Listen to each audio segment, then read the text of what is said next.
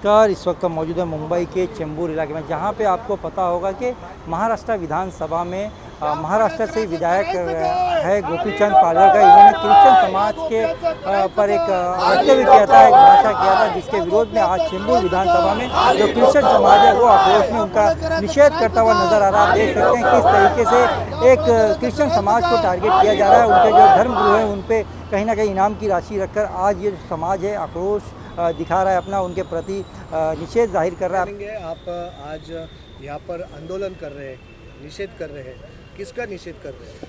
हम आज यहाँ पर खड़े हैं, सब ख्रिस्ती समाज समन्वय समिति सब मिलकर हम यहाँ पर आमदार गोपीचंद पाडळकर इनका निषेध कर रहा है, क्योंकि उन्होंने जो वक्तव्य किया है कि जो कोई भी क्रिश्चियन फादर को या पास्टर को उसका सैराट करेगा मैं 11 लाख उनको इनाम दूंगा, या टांग तोड़ेगा तो मैं 5 लाख इनाम दूंगा।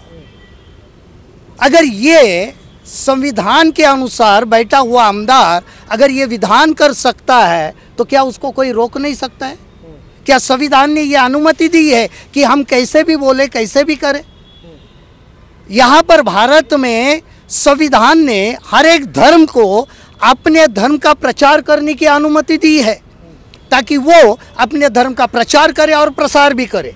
अगर सामने वाला होकर हमारे पास आता है तो हम उसको रोक नहीं सकते हैं, क्योंकि मंदिर में, मस्जिद में या चर्च में अगर कोई जाता है तो उसको कोई रोकता नहीं है।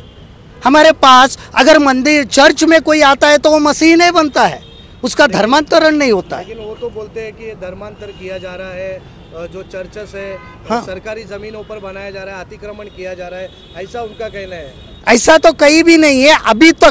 अभी तक कोई भी चर्चेस ने अतिक्रमण कहीं भी नहीं किया है, क्योंकि जितने भी चर्चेस बांधे गए हैं, जितनी भी इमारतें हैं, वो कानूनन परमिशन लेके, म्यूनिसिपल कॉरपोरेशन से परमिशन लेके बांधी हुई है। ऐसा कोई भी चर्च नहीं है कि हमने किसी के मंदिर के ऊपर भी चर्च नहीं बनाया है। आज आपण इथे एकत्रित सर्वे जमला। आज आम्ही या ठिकाणी एकत्र जमण्याचं कारण हे आहे की जे संविधानिक पदावरती बसलेले भाजपाचे आमदार गोपीचंद पाडळकर यांनी जे धर्मगुरूंविषयी जे बेताल वक्तव्य केलेलं आहे, एक प्रकारे त्यांनी सुपारी दिल्यासारखं होत आहे, लोकांना चिथवण्याचा प्रयत्न करत आहे।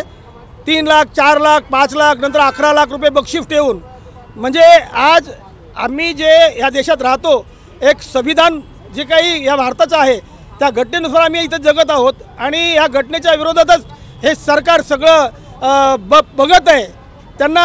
त्यांच्यापर्यंत ती न्यूज गेलेली आहे।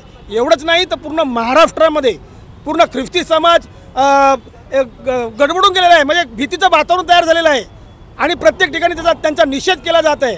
तर आमची एक मागणी आहे सरकारला, आणि विशेषतः गृहमंत्री आणि जे आपले महाराष्ट्राचे मुख्यमंत्री त्यांना विनंती आहे की त्यांना त्या संविधानिक पदावरून त्यांनी रिक्त करावं किंवा हकालपट्टी करावी, बीजेपी मधून त्यांना हकालपट्टी करावी, अशी आमची मागणी आहे। नक्की आपण काय सांगाल? एकत्रित अशा बेताळ वक्तव्य वारंवार होत आहे, आणि ख्रिस्ती समाजाला टार्गेट केलं जातं, नेहमीच धर्मांतर केलं जातं असंही बोललं जात आहे। आणि गोपीचंद पाडळकर हे बोलत आहेत की धर्मांतर आपल्या माध्यमातून मोठ्या प्रमाणात होत असतात, आणि जे ख्रिस्ती चर्च आहे ते कुठेतरी अनधिकृत प्रमाणे कुठेतरी बळकावण्यात आलेले असंही बोललं जातं आहे। काय सांगाल?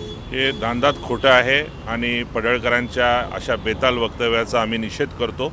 आमचा धर्म शांतताप्रिय आहे, आम्ही कुठेही धर्म परिवर्तन करत नाही।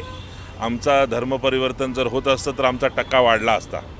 आम्ही जेवढे आहोत तेवढेच आहोत, आणि पाडळकरांनी हे त्यांचे माफी मागावी ख्रिस्ती समाजाची। आमचा समाज पूर्ण दुखावला गेलेला आहे या त्यांच्या बेताल वक्तव्यामुळे, आणि ह्यामध्ये समाजामध्ये तेढ निर्माण होऊन आज पूर्ण महाराष्ट्रात, आता सध्या आम्ही जसं तुमच्यासमोर आहोत तसं पुण्यामध्ये, औरंगाबादमध्ये, कोल्हापूरमध्ये, साताऱ्यामध्ये सगळीकडे या प्रकरणाचा निषेध नोंदवण्यात येत आहे, आणि आमचा समाज एकजुटीने यांच्याविरुद्ध आम्ही ॲक्शन घेण्याचा प्रयत्न करत आहोत. मी ख्रिस्ती समाजाच्या वतीने किरण रिजिजू यांच्याशी बोललो आहे आणि त्यांनी मला आश्वासन दिलं आहे. सामाजिक न्यायमंत्री आमचे नेते रामदास आठवले यांच्याशी मी बोललेलो आहे आणि राजनाथ सिंग साहेबांशी पण मी बोललेलो आहे या विषयावरती.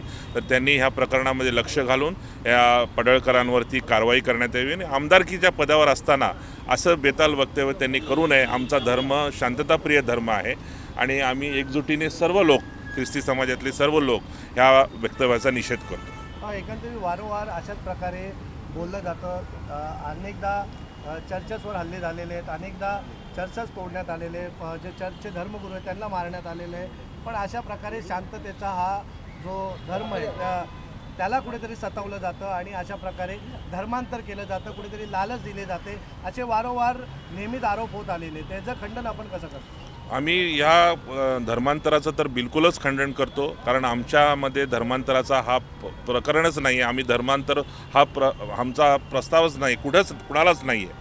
आणि जर काही समाजातले काही लोक करत असतील तर ते ख्रिस्ती लोक नाही आहेत. आमचा धर्म बिलकुल शांततामय आहे. प्रेम, क्षमा हा आमच्या धर्माची शिकवण आहे आणि आमच्याकडून कधीच धर्मांतर होत नाही. आणि काही समाजामधल्या जर काही केसेसमध्ये एक आता पुण्यामधली जी केस झाली त्या केसमध्ये एक विशिष्ट गोष्टीला वेगळं वळण लावून आमच्या ख्रिस्ती धर्मगुरूंवरती अटॅक करण्याचा त्यांचा हा प्रयत्न आहे. एकंदरीत काय पुढची कारवाईची आपण मागणी करणार आहात? आम्ही हे प्रकरण पूर्णपर्यंत जोपर्यंत आमदार पडळकरांवरती कारवाई होत नाही तोपर्यंत हे प्रकरण पूर्ण महाराष्ट्रातल्या आणि देशातला ख्रिस्ती बांधव एकत्र होत आहे आणि आम्ही हे प्रकरण पूर्ण लावून धरणार. जोपर्यंत त्यांनी माफी मागत नाहीत किंवा त्यांच्यावर कारवाई होत नाही तोपर्यंत आम्ही पूर्ण हे प्रकरण लावून धरणार आहोत. मला तर एकच बोलायचं आहे की आजच्या घडीला आम्ही ख्रिस्ती बांधव जे आहात तर आम्ही कुठल्याही व्हायलन्समध्ये आम्ही कधीही भाग घेत नाही आणि आमच्याकडे कधीही हा प्रकार होत नाही की धर्मांतर होतोय किंवा काय. पण जे काय पडळकरांनी जे वक्तव्य केलेलं आहे त्याला आमचा पूर्ण निषेध आहे आणि आम्ही त्याचे पूर्ण पाठपुरावा करू आणि त्यांना त्यांचा राजीनामा घेतल्याशिवाय आम्ही राहणार नाही. किती निंदनीय गोष्ट आहे. सर्वात मोठं दुर्दैव हे आहे की हे जे युती सरकार आहे आणि हे म्हणतं आम्ही सर्वसामान्याचं सरकार असं हे लोक वारंवार म्हणतात हे मंत्रिमंडळ. पण या मंत्रिमंडळाला लाज वाटली पाहिजे. यांच्याच मंत्रिमंडळामध्ये असणारा एक गोपीचंद पडळकर त्याला चांगल्या नावाने बोलायला आम्हाला वाईट वाटतं आहे, कारण त्याला गोप्या बोललेलंच परवडेल. कारण ज्या समाजातून तो येतो त्या समाजातून मी पण येतो. मी पण धनगर आहे पण मी येशू ख्रिस्तालाच मानतो आहे. लक्षात ठेवा, माझं नाव नाही बदललं, धर्म नाही बदलला, माझी जात नाही बदलली, पण मी तुम्हाला सांगू इच्छितो तुमच्या माध्यमातून माझं जीवन बदललेलं आहे. आणि ख्रिस्ती समाज मनुष्याचं जीवन बदलतो, कोणाचे धर्म बदलत नाही. हे जे बसलेले आहेत ना बोके, जे वरती मंत्रिमंडळावरती जे हिंदुत्वाचा नारा लावून, मी त्यांना सांगू इच्छितो की जो पडळकरांनी जे वक्तव्य केले, बेताल वक्तव्य, हे वक्तव्य म्हणजे डायरेक्टली इनडायरेक्टली त्यांनी सुपारी दिलेली आहे आणि सुपारीच्या द्वारे त्याचं असं मत आहे की तुम्ही सर्व ख्रिश्चन लोकांना मारा. पण ज्या मतदारसंघातून तो निवडून आला आहे त्या ठिकाणी बहुजनांचा बालेकिल्ला आहे. त्या ठिकाणी जवळजवळ 30% ख्रिश्चनांनी या गोपीचंद पडळकरला मतदान केले, त्याला निवडून आणले. पण हा गद्दार, याला आम्ही चांगला ओळखतो. हा फक्त स्वतःची TRP वाढवण्यासाठी हा कुठे ना कुठे दोन समाजामध्ये तेढ निर्माणाचा प्रयत्न करतो. हे देवेंद्र फडणवीस साहेबांना पण चांगलं माहिती आहे आणि अखंड महाराष्ट्रामध्ये आंदोलन चालू आहे. ज्या ज्या ठिकाणी आंदोलन झालेलं आहे त्याची माहिती घेऊन या देवेंद्र फडणवीस साहेबांनी याला त्वरित याचा राजीनामा घेऊन या पक्षातून हकलपट्टी करावी, कारण हे फार विचित्र प्रकारचे मांडूळ आहेत आणि मी यांचा पुन्हा एकदा ख्रिस्ती समाजातर्फे याचा जाहीर निषेध करतो.